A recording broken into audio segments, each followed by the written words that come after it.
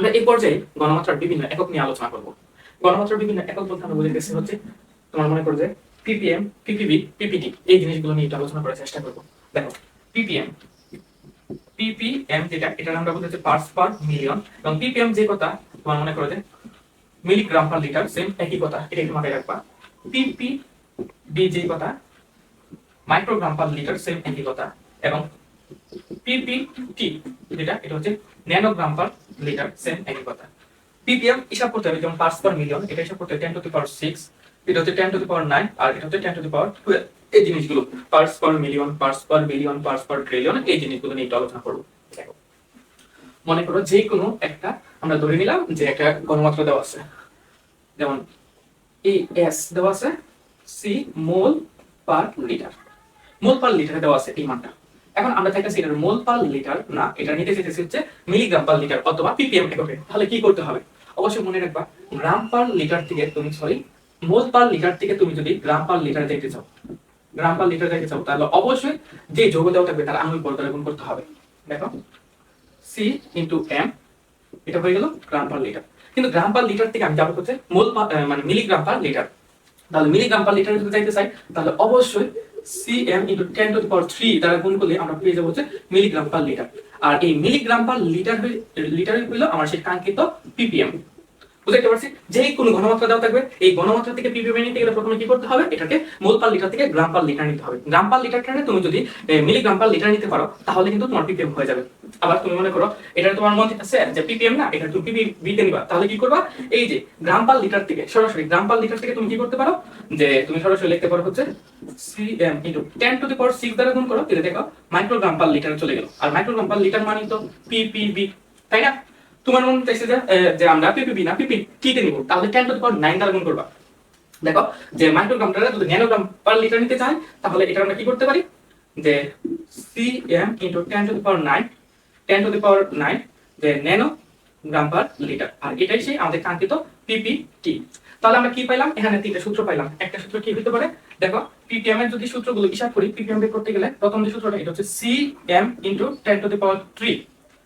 আবার দেখো cm into 10 to the power 6, cm into 10 to the power কি হলো ভাই? যে 9। এটা হচ্ছে s এর ঘনমাত্রার বিভিন্ন একক আমরা বের করে সূত্রগুলো বের করতে পারছি। এখন থেকে আমরা এই সূত্রগুলো প্রয়োগ করে আমরা এখানে ম্যাথগুলো করার চেষ্টা করব। দেখো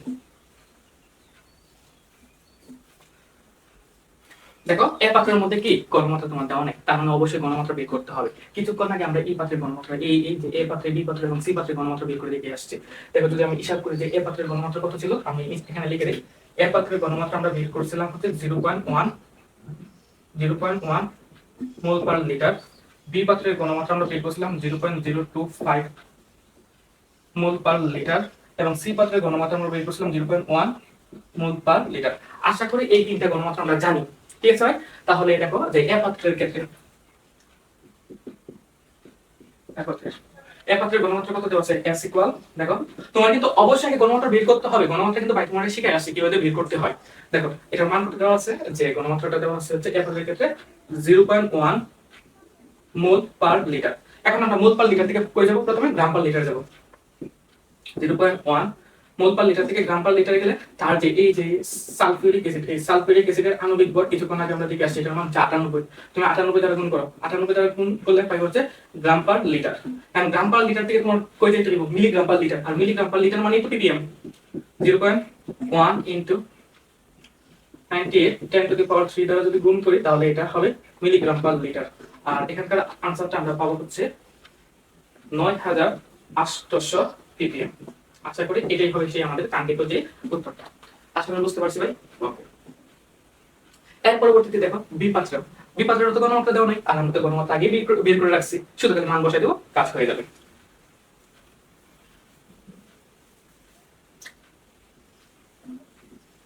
বিপাত্রের এস এর মান কত দেওয়া?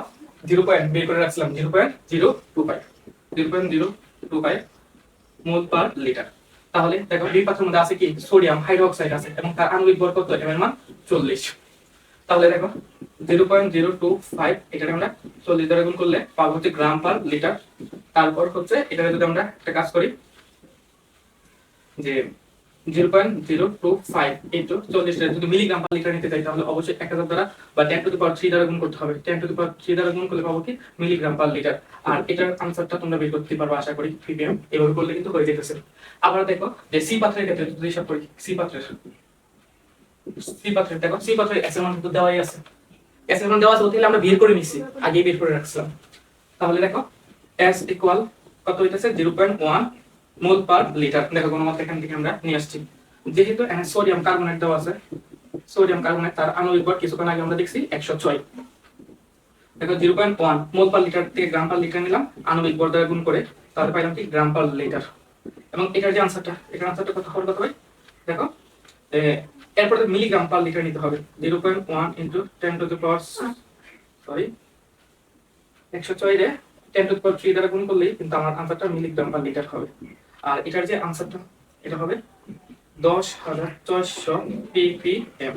আশা করি এই জিনিসগুলো কিভাবে ppm বের করতে হবে তোমার বইয়ের যে কোনো ম্যাথ তুমি পারবা।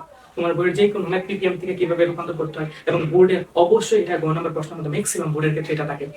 এবং এখানে আরেকটা সমস্যা আছে ppm এর শুধু এরকম হবে না। তো মনে করো অনেক সময় কি করে যে লঘুকরণ সূত্র ইউজ করে এটার মধ্যে পানি মিশানো হয়। যেমন এক্সাম্পল হিসেবে আমি একটা প্রশ্ন লিখছি দেখো। আর ppm বের করার পদ্ধতি তো দেখছো, এটার জন্য অবশ্যই তোমার দরকার কি ঘনমাত্রা জানতে হবে। তুমি যদি ঘনমাত্রা বের করতে পারো তাহলে অবশ্যই নরমালিটি বের করতে পারবা, অবশ্যই ppm বের করতে পারবা।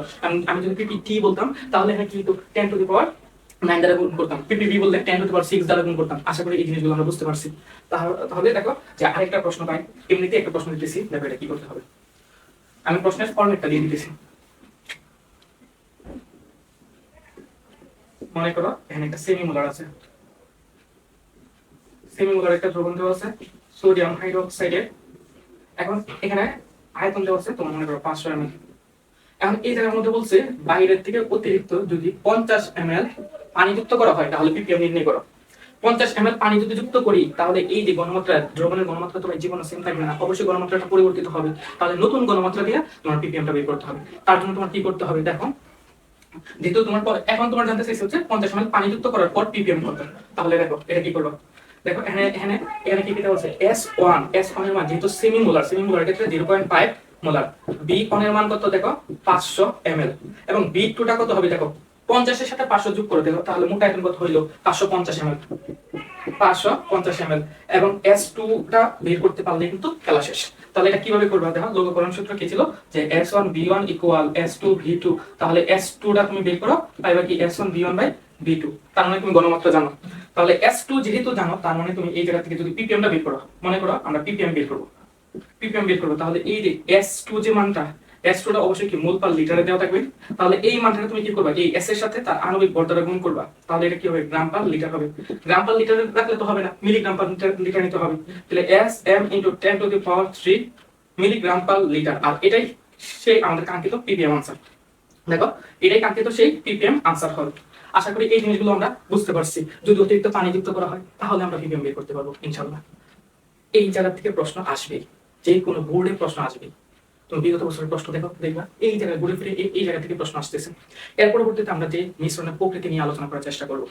আমরা যে জিনিসগুলো নিয়ে আলোচনা করেছি এখন পর্যন্ত, গণমাত্রা নিয়ে, মোলারিটি নিয়ে, নরমালিটি নিয়ে আলোচনা করছি, ppm ppb ppt এবং কিছু প্রশ্ন আছে, এই প্রশ্নগুলো করার চেষ্টা করছি। ইনশাআল্লাহ তোমরা পারবা। ওকে ভাই।